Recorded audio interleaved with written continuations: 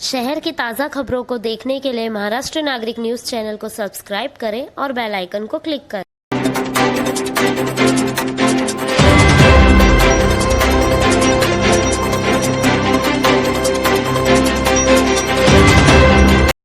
युक्तिवाद काय झालं कोर्टामध्ये ते म्हणण्यापेक्षा हे आपल्याला आज माहिती देणं औचित्याचं ठरेल की त्यांनी आज जे कोर्टापुढे रिमांडमध्ये सर्व आरोपींना माननीय आमदार साहेब व त्यांच्याबरोबरचे इतर सर्व आरोपींना त्यांनी आज कोर्टापुढे हजर केलं, ज्यामध्ये त्यांनी जे आधी रिमांड ज्या कारणास्तव मागितलेलं होतं तेच कारण त्यांनी पुढे ढकललं।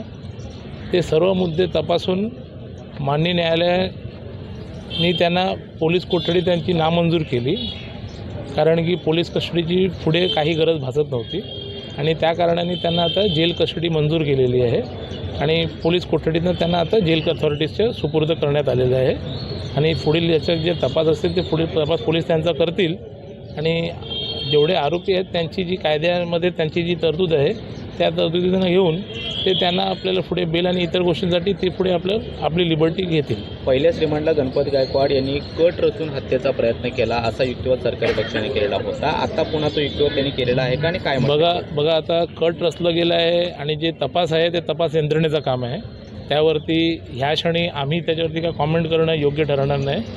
पण जसं आपल्या सर्वांना माहिती आहे CCTV फुटेजमध्ये काय घडलं, कसं घडलं, तिथे किती लोक होते, तर त्याला कट म्हटलं जातं की एक ह्युमन बिंगचं रिॲक्शन म्हटलं जातं, हे आपल्या सर्वांना माहिती आहे।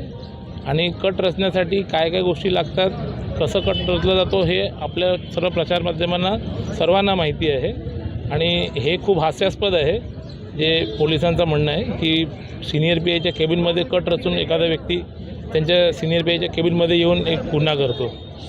तर जर असं म्हटलं गेलं तर हे खूप हास्यास्पद वाटतं आणि जी पोलिसांची भूमिका याच्यामध्ये आहे त्याप्रमाणे पोलिसांनी जी कामगिरी बजावायला पाहिजे होती, वैभव गायकवाड जेव्हा तिथे पोलीस स्टेशनला हजर झाले त्यांची तक्रार नोंदवण्यासाठी, आणि आपल्या सर्वांना ही माहिती उपलब्ध करून देतो आम्ही की ह्याच्यामध्ये जी पहिली FIR घेतली गेलेली आहे किंवा नोंदवली गेलेली आहे ही जितेंद्र पारिक आणि वैभव गायकवाड यांच्या वतीने जे इतर ह्या गुन्ह्यात पीडित दाखवले गेले आहेत त्यावरती जी FIR दाखल केली गेलेली आहे ती अतिक्रमण आणि त्यांचं जे बांधकाम तोडण्यात गेलेलं आहे ते सुमारे 4 वाजल्यापासून ते लोक पोलीस स्टेशनमध्ये त्यांची ती तक्रार नोंदवण्यासाठी प्रयत्नशील होते। जी FIR रात्री 12:15 नंतर हे फायरिंग इन्सिडेंट झाल्यानंतर त्यांनी पोलिसांनी नोंदवली।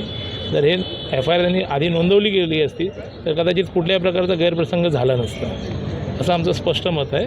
बाकी जे मॅटर आहे ते तपासाधीन आहे, यंत्रणा त्यांचा तपास करतात, यंत्रणेचा तपास होऊ द्या, जे सत्य परिस्थिती आहे ते सर्वांच्या समोर येईल। आपल्या पहिल्या वेळी गणपत गायकवाड आणि 2 जणांना अटक करण्यात आलेली होती, मात्र बस आता ह्याच्यावरती आणि रणजित यादव यांना अटक करण्यात सर्व जेवढे आरोपी होते सर्व आरोपींना आज माननीय आमदार साहेबांबरोबर त्यांना हजर करण्यात आलेलं होतं।